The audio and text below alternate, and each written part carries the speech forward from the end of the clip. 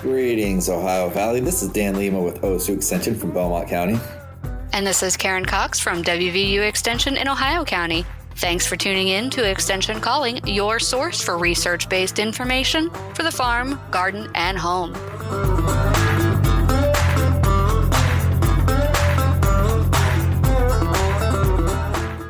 With all the discussion and news about the increasing temperatures around the waters of Florida, I thought it timely to bring back an episode from 2019 where we talked about water quality heading into the Mississippi, and we also talk about water quality for irrigation.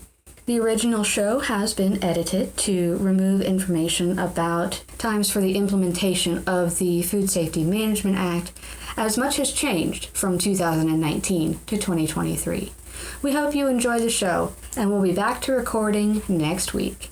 In the depths of summer, we often have a lack of water, and so we're going to talk a little bit about water quality today, because why not, right? Right.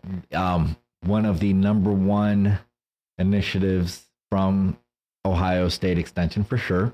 Water quality just being such an important factor in today's world. Water is going to be essential for life, no matter what type of life we're talking about. Water is always going to be one of the water is the most important nutrient that is out there.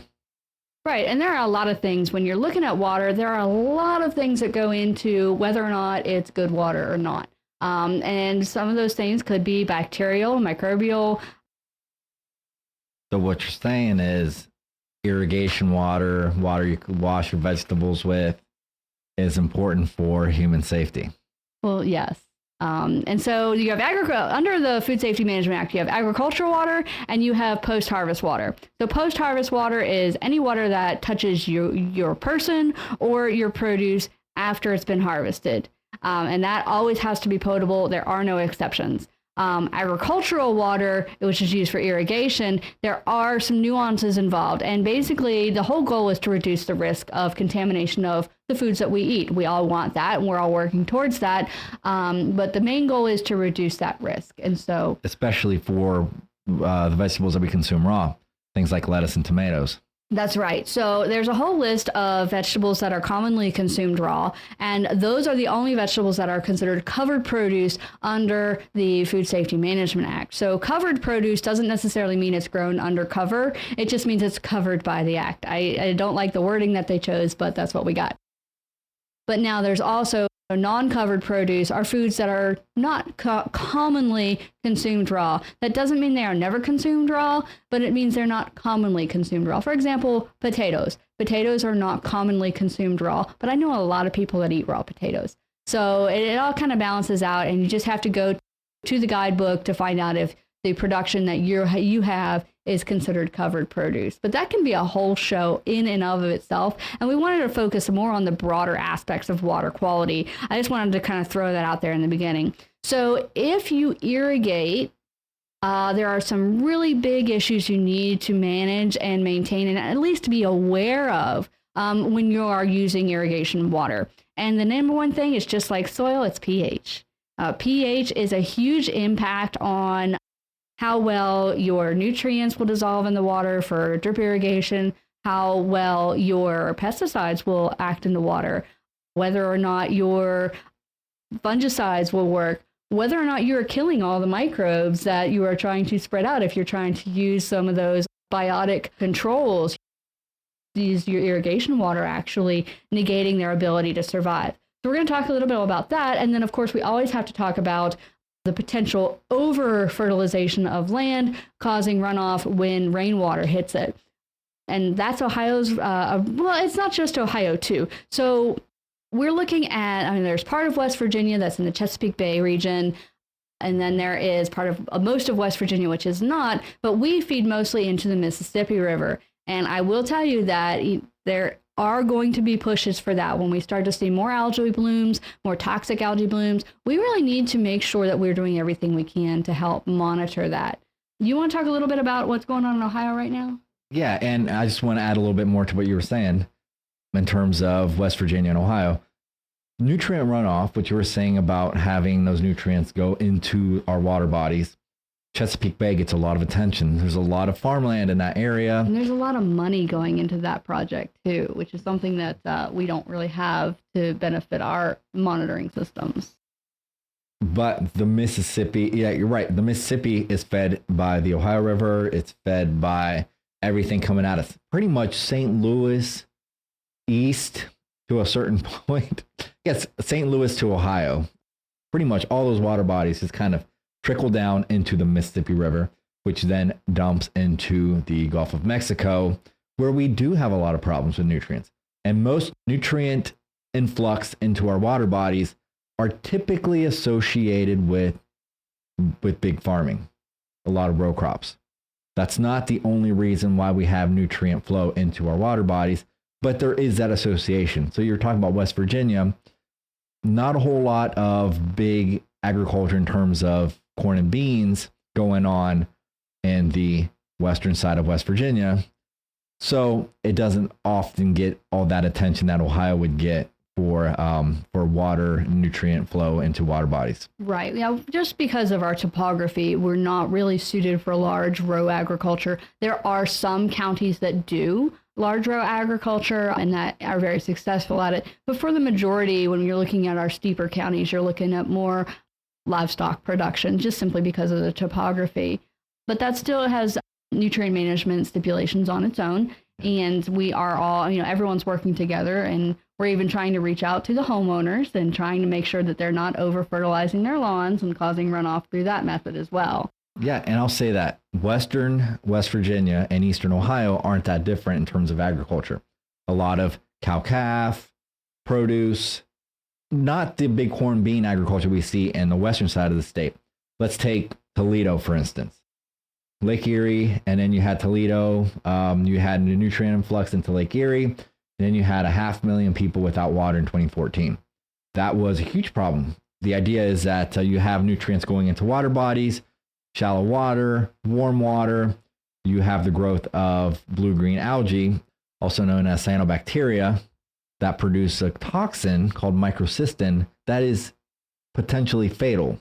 So once detected, due to all the nutrients coming out of that area, you can't boil it away.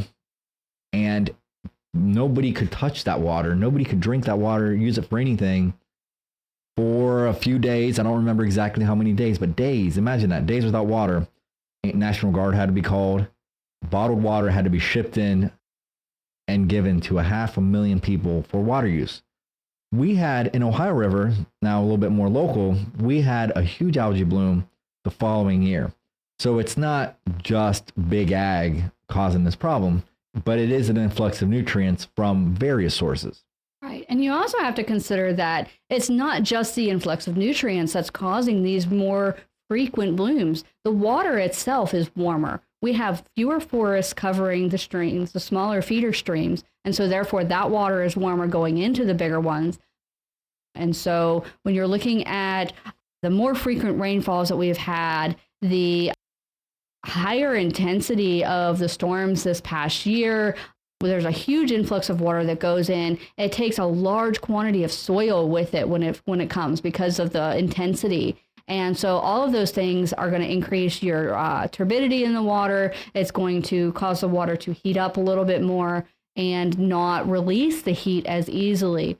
So we want to watch a lot of those different aspects, is trying to reduce all of the problems we're creating for our streams through removing tree cover and leaving open soil. Even without nutrient additives, those two steps are going to increase the presence of unsavory algae that are in the water. Right. And some of these changes and some of these things that we're looking at now is due, I'm going to say, pretty directly because of what happened in Lake Erie. So there has been a... Lake Erie is a nice starting place for a lot of this crazy stuff. They lit the lake on fire, so now we have dumping controls. Think about it. Algae bloom. Now we have other... 500,000 people with no water. That's a crisis. That is a crisis. It really is. And, water doesn't get the credit that it deserves. I know Dan's looking at me, he's like, I'm trying to say something here. But water is our number one most valuable resource, and it is not credited with that value because we take it for granted. But without water, we cannot live. Period. End of story. So that's why we really want everyone to take as many steps as possible to protect our water supply. So besides a lot of the fertilizer programs that we've been talking about, the USDA has been really involved in the livestock side of things. But let's just look at things like septic systems. A lot of people around in this area have septic systems, and a lot of those septic systems are failing. So there is now a drive to make sure that the septic systems are working properly so that we don't have that nutrient influx into the water bodies. Now, sewer overflow, stormwater and sewer overflow, we have increased rain amounts. Usually the surface water overflow and sewage, they tend to even go the same route at times. And then you have major rain events now that you didn't have in the past that'll cause us to overflow on each other. That's being completely redesigned in most urban areas.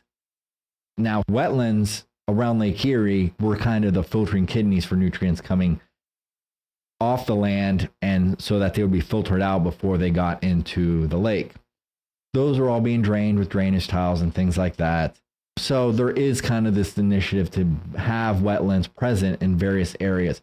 Karen's talking about tree cover, riparian areas. But it's not just an agricultural thing, but it's also an urban thing. So they're looking at sewer overflow, surface water flow, even fertilizer usage in urban settings like golf courses. Phosphorus is one of the nutrients that we'll talk about that has a really big impact on cyanobacteria growth. Fertilizer, a lot of times they have actually removed a lot of the phosphorus that was in really high levels for urban settings so that we're not overloading, at least with phosphorus, the amount of that nutrient that could potentially get into the water bodies causing algae blooms. And it is really serious.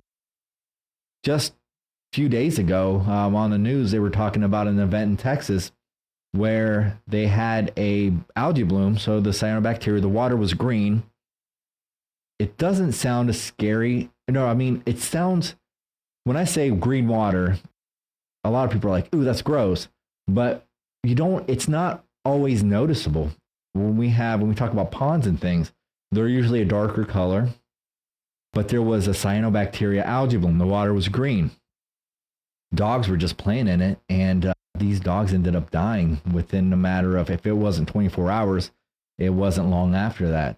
It's a neurotoxin that can be produced, and this was because warm water, nutrients going into the water, algae blooms. Once the cyanobacteria, the algae get to a certain threshold, they'll produce that toxin called microcystin, and that's the neurotoxin that can kill things. So it's still happening all over the country. There's a multi-facet, different levels that we're engaging this problem to fix it. Right. And so even just beyond looking at our local, very visible Lake Erie, you think about what we are sending down the Mississippi River. And we are, at a place in the country where we can actually have a really big impact on what goes down the Mississippi. And, historically, it's always been, it's running downriver, nobody cares. Let the next town deal with it. And, you can just go back into history books and look at what they did to the River Thames and shrug and shiver. But anyway, we're sending all of this stuff down to the Everglades. And I think a lot of people underestimate the importance of the Everglades. We're talking about what was about 1.5 million acres of filtration system to feed the world's fisheries. Okay, so we're talking about the global impact on the fisheries market and all of the interdependent ecosystems that are affected by clean water coming out of the Everglades.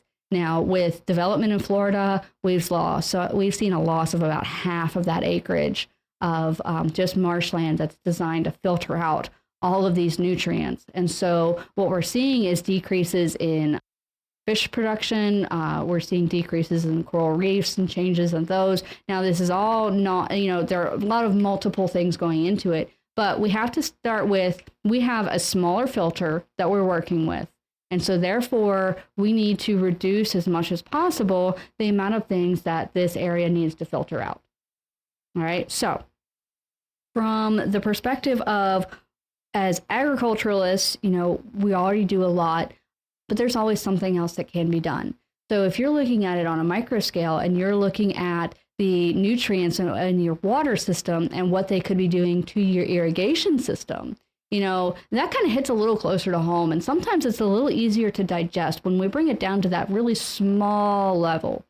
Instead of we're talking about global impact, let's talk about how it's going to impact your drip irrigation system and how it's going to impact your crop.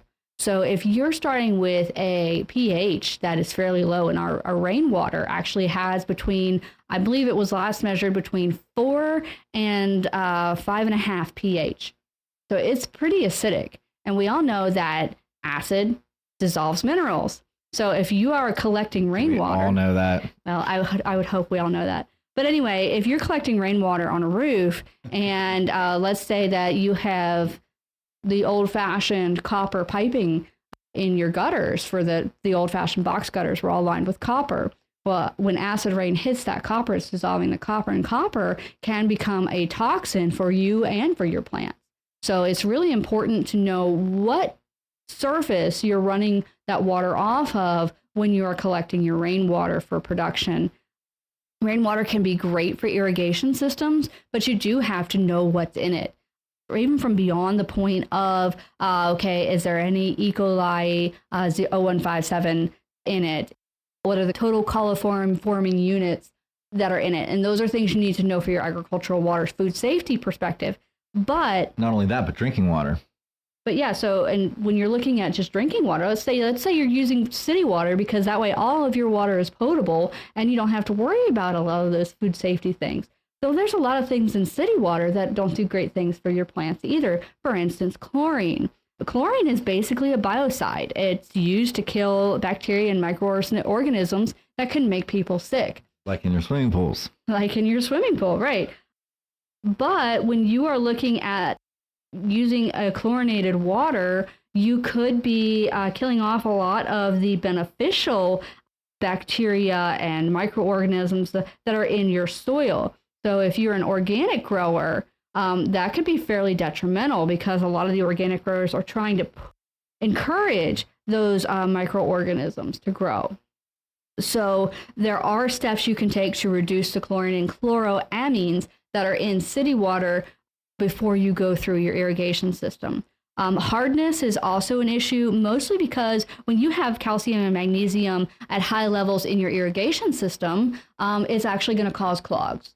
And you're going to have a lot of headaches trying to make sure that your drip irrigation system is actually letting out a standardized flow. And sometimes you'll get complete blockages, and you'll have like one plant that dies because it's where the blocked pipe was.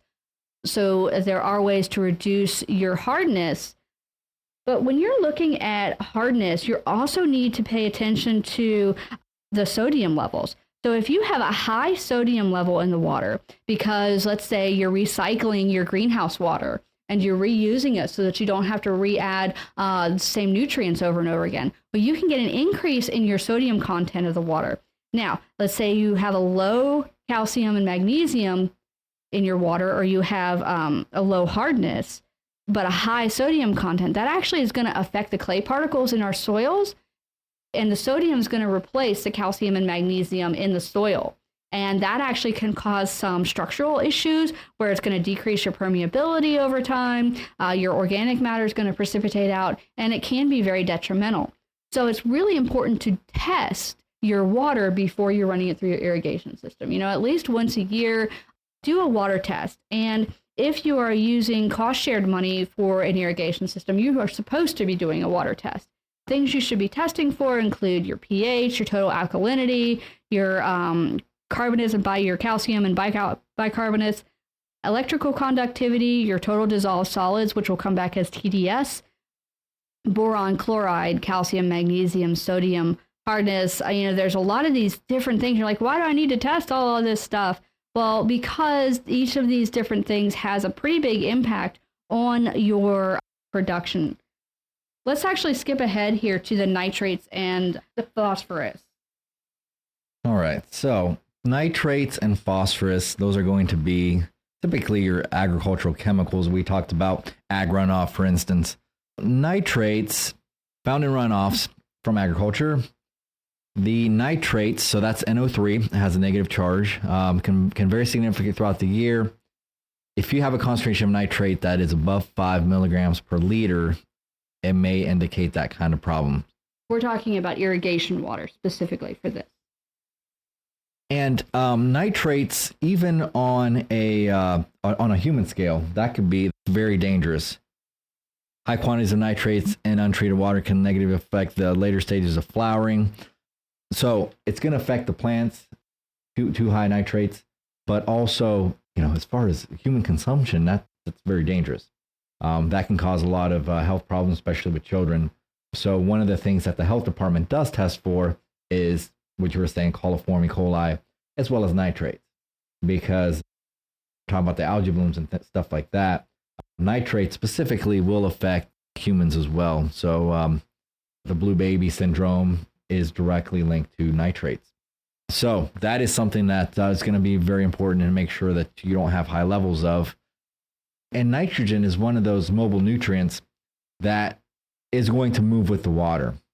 So if you are not applying the right type of fertilizer, the nitrates can easily leach off and give you a lot of problems. Something else is the phosphorus. Phosphorus above 5 milligrams per liter may cause nutrient deficiencies, and levels above 1 milligram per liter problematic for discharged water. Okay, most often reduced through dilution in water sources. Phosphorus is going to be the one that, again, is going to have those algae blooms. Phosphorus is a non-mobile nutrient. Usually the phosphorus will be attached to soil particles. So if you are over applying that phosphorus and you do get those heavy rainfalls and you start getting erosion issues, and then when you were talking about the turbidity of the water, that's when you're probably going to see the high phosphorus levels. And the high phosphorus levels will contribute to not only the quality of your irrigation water, but problems in the quality of the water for drinking as well. Right. So we talked about how the runoff with these really high levels of rain increase turbidity, right? And one of the things you want to consider is that the higher those turbidity levels, the more surface area in those suspended particles is available for bacteria growth. So basically, you're making a whole lot of housing for bacteria to grow.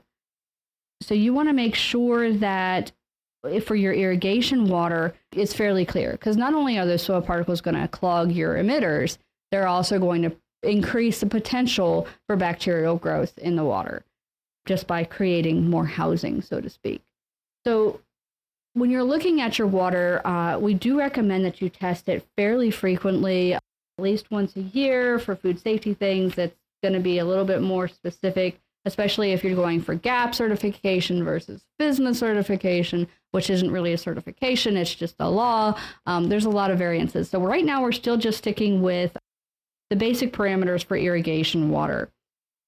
Now, if you have acidic water, you may want to increase the pH by using either calcium or magnesium.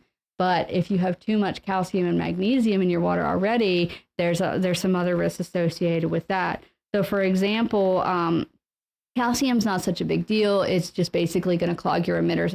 For your typical calcium, you're looking at below 40 milligrams. You'll have plant deficiencies. If you're above 100 milligrams, you may see a potassium and magnesium deficiency. So again, it's knowing where you're starting from. If you're starting from your well water or from your pond water, and you already have really high levels of certain nutrients, and you're adding a fertilizer to it, you actually could be negating the ability of your fertilizer to do its job. So if you're irrigating and you're using your fertigation system and things just aren't working out right, stop, take a step backwards and see what you're starting with before you add your fertigation. And if you are starting with something that has a high salinity or a high acidity, those are things that you're going to need to take, and especially look at your electrical conductivity, because that's basically going to show you how many total dissolved solids are in your water and how it's affecting the ability of the water to absorb extra nutrients. But also, if you're recycling your water, it's going to show you that you need to dilute it with some fresh water. That's usually the easiest, cheapest way to reduce salinity and total dissolved solids, is to add some extra fresh water, some rainwater, or some tap water that's gone through a dechlorination system. Now, with chlorine evaporates naturally in the atmosphere. As exposure to sunlight, it'll reduce itself. But chloramines are going to stick around a lot more stable. It's mixed with ammonia. It'll be more stable and stick in the system. So there are different things that you have to do to rebalance out the different chemicals, and we'd be more than happy to answer. Once you have your water test, give the extension office a call, and we can help you rebalance your water to be where you need it to be when you're adding your fertilizer. All right, and with that, we're out of time. Got kind of sidetracked there, but that's all right. Hope you learned something. Thanks for listening, and we'll catch you next week. Hey friends, we need your help. In order to help keep this show going, we need to hear back from you. Please take some time and check out our evaluation. Let us know if you like the show, and especially let us know if you've used any of the information you've gained from our show. Once again, you can reach us directly. You can call Karen at 304-234-3673. That's 304-234-3673. Or you can reach Dan at 740-695-1455. That's 740-695-1455. Thanks for listening to Extension Calling. This show is a collaboration between OSU Belmont County Extension Educator Dan Lima and WVU Ohio County Extension Agent Karen Cox. If you'd like a transcript of this show, contact us at the office. Also, let us know if you enjoy the show by ranking us on your podcast app.